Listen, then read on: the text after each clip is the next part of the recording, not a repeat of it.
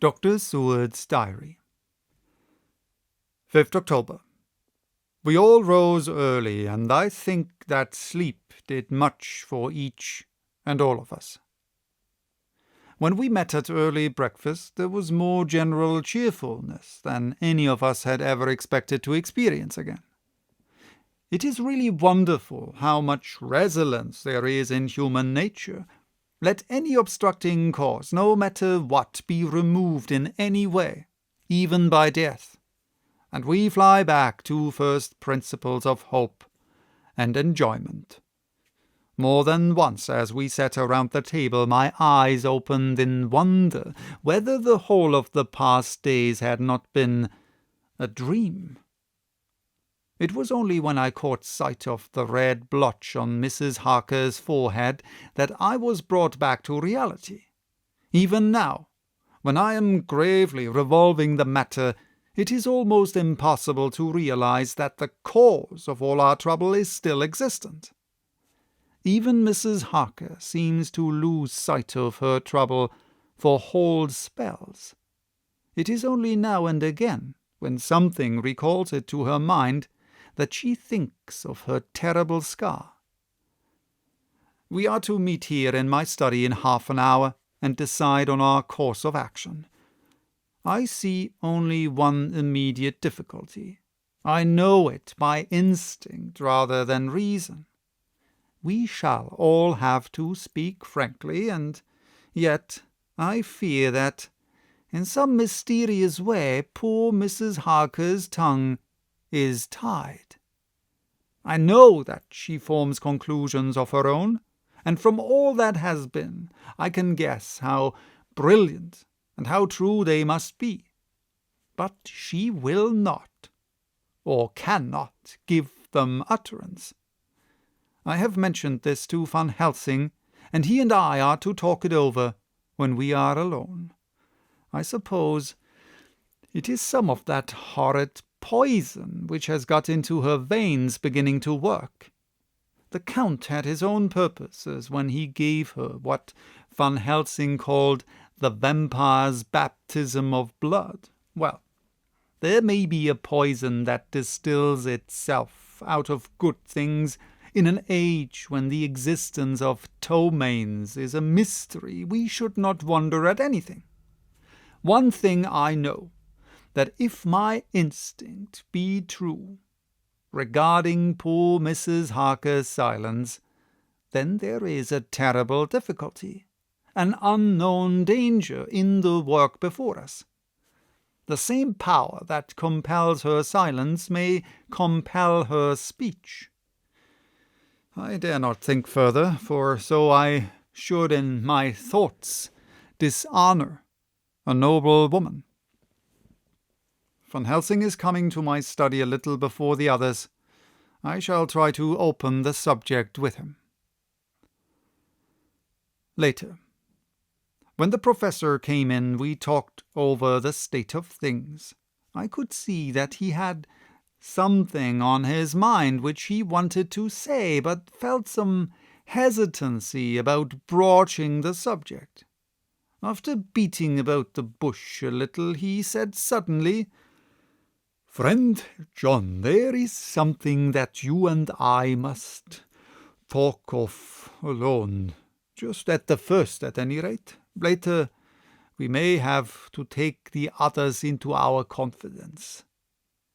Then he stopped, so I waited. He went on. "Madam Mina, our poor dear Madam Mina is changing." A cold shiver ran through me to find my worst fears thus endorsed. Van Helsing continued.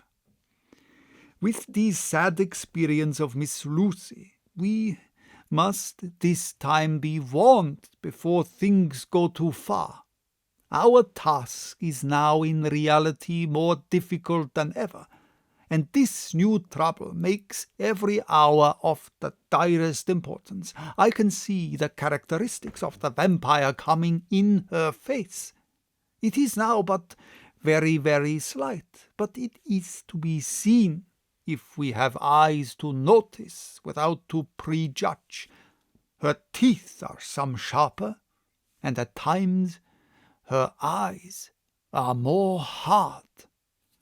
But these are not all. There is to her the silence now often, as so it was with Miss Lucy.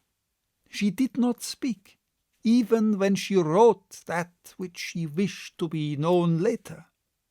Now, my fear is this: if it be that she can, by our hypnotic trance, tell what the Count see and hear, it is not more true that he who have hypnotized her first, and who have drink of her very blood and make her drink of his, should, if he will, compel her mind to disclose to him that which she know? I nodded acquiescence. He went on. Then, what we must do is to prevent this. We must keep her ignorant of our intent, and so she cannot tell what she know not. This is a painful task, oh, so painful that it heartbreak me to think of, but it must be. When today we meet, I must tell her that for reason which we will not to speak, she must not more be of our counsel, but be simply guarded by us. He wiped his forehead, which had broken out in profuse perspiration, as the thought of the pain which he might have to inflict upon the poor soul already so tortured. I knew that it would be some sort of comfort to him if I told him that I also had come to the same conclusion, for at any rate it would take away the pain of doubt. I told him, and the effect was as I expected. It is now close to the time of our general gathering. Van Helsing has gone away to prepare for the meeting, and his painful part of it. I really believe his purpose is to be able to pray alone. Later. At the very outset of our meeting, a great personal relief was experienced by both Van Helsing and myself. Mrs. Harker had sent a message by her husband to say that she would not join us at present, as she thought it better that we should be free to discuss our movements without her presence to embarrass us. The professor and I looked at each other for an instant, and somehow we both seemed relieved. For my own part, I thought that if Mrs. Harker realized the danger herself, it was much pain as well as much danger averted. Under the circumstances, we agreed, by a questioning look and answer, with finger on lip, to preserve silence in our suspicion until we should have been able to confer alone again. We went at once into our plan of campaign. Van Helsing roughly put the facts before us first. The Tsarina Catherine left the Thames yesterday morning. It will take her at the quickest speed she has ever made at least 3 weeks to reach Varna. But we can travel overland to the same place in 3 days. Now, if we allow for 2 days less for the ship's voyage, owing to such weather influences as we know that the Count can bring to bear, and if we allow a whole day and night for any delays which may occur to us, then we have a margin of nearly 2 weeks. Thus, in order to be quite safe, we must leave here on the 17th at latest. Then we shall at any rate be in Varna a day before the ship arrives, and able to make such preparations as may be necessary. Of course we shall all go armed against evil things, spiritual as well as physical. Here Quincey Morris added, I understand that the Count comes from a wolf country, and it may be that he shall get there before us. I propose that we add Winchesters to our armament. I have a kind of belief in a Winchester when there is any trouble of that sort around. Do you remember, Art, when we had the pack after us at Tobolsk?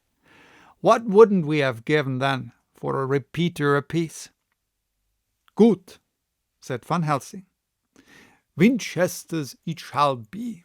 Quincy's head is level at all times, but most so when there is to hunt.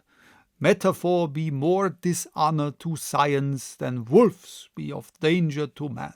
In the meantime, we can do nothing here. And as I think that Varna is not familiar to any of us, why not go there more soon? It is as long to wait here as there.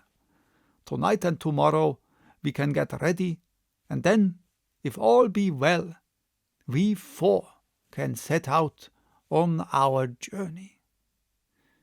We four? Said Harker interrogatively, looking from one to another of us.